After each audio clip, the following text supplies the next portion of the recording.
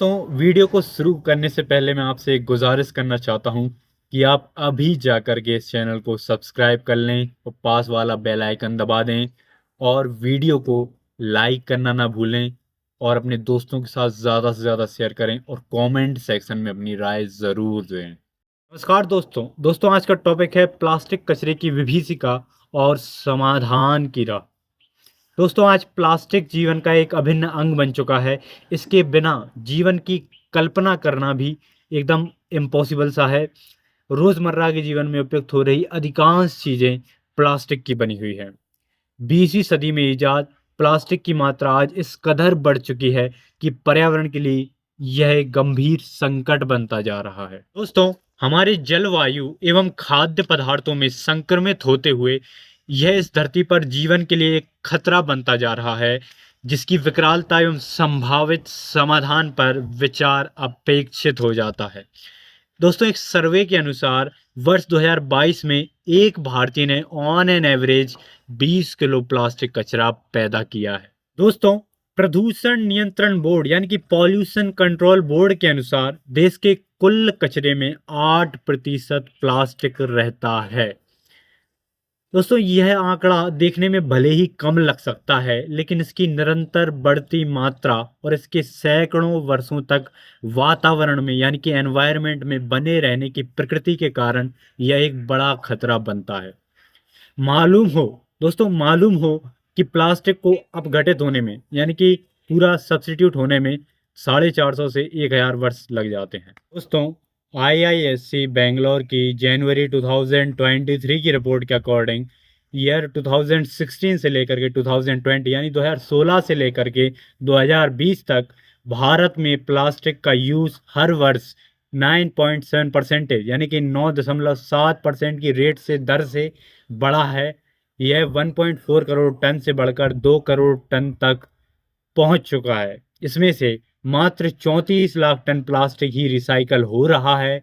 शेष प्लास्टिक जो है वो धरती में दफनाया जा रहा है या फिर नदी, झील और समुद्रों में फेंका जा रहा है। दोस्तों आश्चर्य नहीं कि नदियां प्लास्टिक से प्रदूषित हो रही हैं। विश्व की सबसे प्रदूषित 10 नदियों में एक पावन गंगा में प्लास्टिक प्रदूषण अपना प्रभाव दिखा रहा है। यह तथ्य दक्षिण बिहार केंद्रीय विश्वविद्यालय और पटना विश्वविद्यालय के अध्ययनकर्ताओं यानी कि जो स्टडी करते हैं, जो रिसर्च करते हैं, उनके शोध से स्पष्ट हुआ है। जहां गंगा नदी में प्राकृतिक रूप से मिलने वाली मछलियों के 515 सैंपल्स में 515 नमूनों में मांसपेशियों, लिवर, गिल्स आदि की जांचें की गई। दोस्तों इस रिपोर्ट में पाया गया कि इनमें से लगभग 11% अर्थात 10 में से एक मछली में प्लास्टिक मिला, जो 3 से लेकर 56 तक छोटे बड़े टुकड़ों में था। इसका औसत आकार अगर हम देखें तो इसका जो एवरेज साइज था वो 4 mm का था। रिपोर्ट की माने तो प्लास्टिक प्रदूषण मछलियों के भोजन और जल में बेहद खतरनाक स्तर पर है, बहुत बड़े स्तर पर है, बहुत डेंजरस लेवल पे है।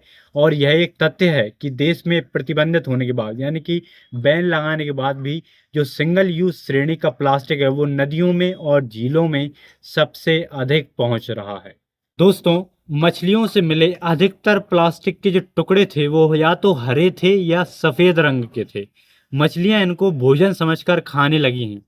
मछलियों की 9 प्रजातियों पर अध्ययन किया गया यानी कि 9 स्पीसीज पर, जो फिश की 9 स्पीसीज थी उन पर स्टडी की गई। तो उसमें पता चला कि जिनमें से 3 में सबसे अधिक प्लास्टिक मिला, 9 में से 3 में सबसे अधिक प्लास्टिक मिला, जिनका उपयोग मानव द्वारा सबसे अधिक किया जाता है।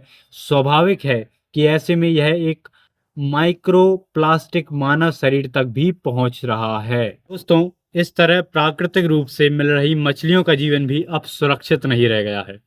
नेशनल प्रोडक्टिविटी काउंसिल ने यूनाइटेड नेशंस एनवायरनमेंट प्रोग्राम के साथ मिलकर गंगा तट पर बसे हरिद्वार, आगरा और प्रयागराज जैसे शहरों के किनारे प्लास्टिक प्रदूषण के स्रोत की पड़ताल की है। दोस्तों रिपोर्ट के अनुसार 25% प्लास्टिक कचरा ना तो रिसाइकल होता है और ना ही उसका सही ढंग से निस्तारण हो पाता है, यानी कि वो ना ही सही ढंग से फेंका जाता है सही जगह पे। यह कचरा शहर के प्रमुख स्थानों पर फेंका जाता है। जो बारिश के साथ बहकर नदियों में जा मिलता है। नदियां इस कचरे को समुद्र तक बहा ले जाती हैं, जिसमें प्लास्टिक के पैकेट, बोतल, चम्मच, नायलॉन के बोरे और पॉलीथीन बैग आदि शामिल रहते हैं। यह भारत भर की ही नहीं बल्कि पूरे विश्व की स्थिति है।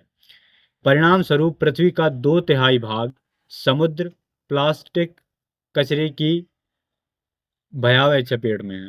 दोस्तों, इस समय 269,000 टन यानी कि 269,000 टन प्लास्टिक जो है वो समुद्र में तैर रहा है, जो लगभग 4 अरब माइक्रो फाइबर प्रति वर्ग किलोमीटर समुद्र में अपना स्थान बना चुका है। विश्व की विश्व का जो लगभग 70% प्लास्टिक कचरा है वो सागर में जाता है, और यदि यही स्थिति रही तो 2050 तक मछलियों से अधिक सागर में प्लास्टिक होगा। दोस्तों, वर्तमान में इस तरह के प्रदूषण से सागर का जो तापमान है, सी का जो टेम्परेचर लेवल है वो 0.6 डिग्री से बढ़ जाता है, जिससे 20% समुद्री जीवन संकट में है।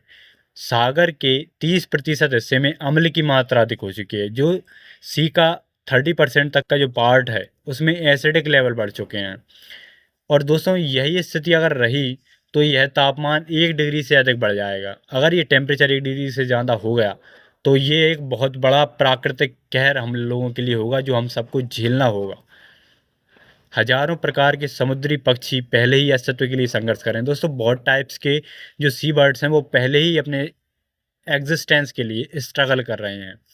और अगर इसी तरह से प्लास्टिक बढ़ता रहा तो जो हमारे समुद्र में कछुए रहते हैं, सील्स रहते हैं, स्तनपायी जीव रहते हैं, उनका जो एग्जिस्टेंस है वो भी डेंजर में आ जाएगा, खतरे में आ जाएगा। वास्तव में प्लास्टिक सागर के पानी में माइक्रो प्लास्टिक में बदल जाता है। दोस्तों, ये जो प्लास्टिक रहता है वो सागर में जाके माइक्रो प्लास्टिक में बदल जाता है, जिसे समुद्री जीव अपना भोजन समझकर खा जाते हैं। दोस्तों, वीडियो को लास्ट तक देखने के लिए बहुत बहुत धन्यवाद। अभी आपको क्या करना है कि चैनल को जाकर के आप सब्सक्राइब कर लें अगर नहीं किया है, और पास वाला बेल आइकन ज़रूर से दबा दें, जिससे कि हर वीडियो का नोटिफिकेशन आप तक पहुंच सके। और अपने दोस्तों के साथ ये वीडियो ज़्यादा से ज़्यादा शेयर करें, और वीडियो को लाइक करना ना भूलें, कमेंट करें। Thank you.